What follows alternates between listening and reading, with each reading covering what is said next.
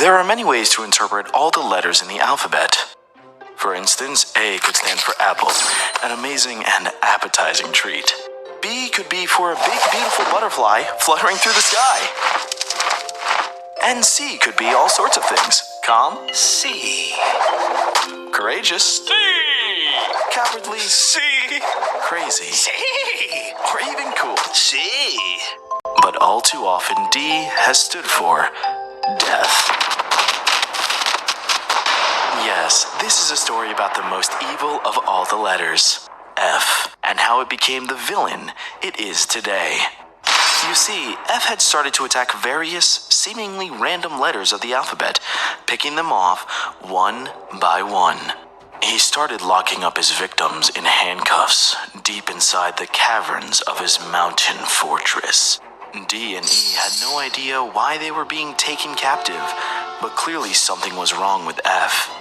He had changed from when they were young, and not for the better. Of course, there were those who looked to end his reign of terror.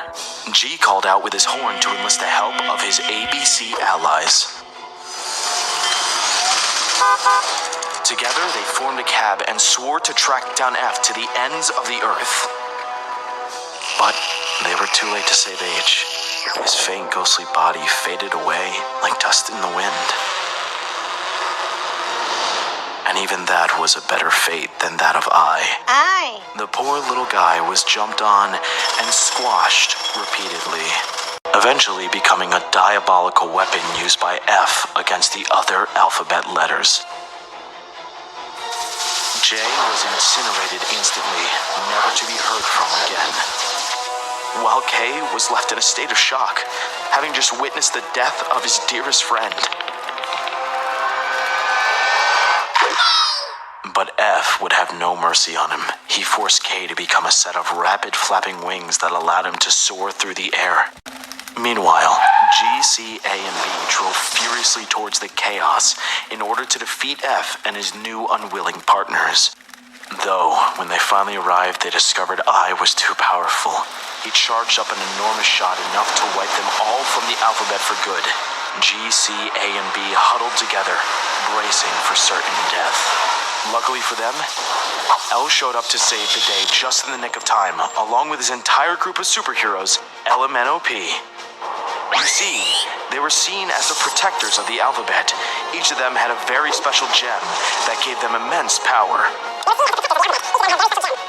M was able to break free from F using his super strength, allowing him to fly away to safety.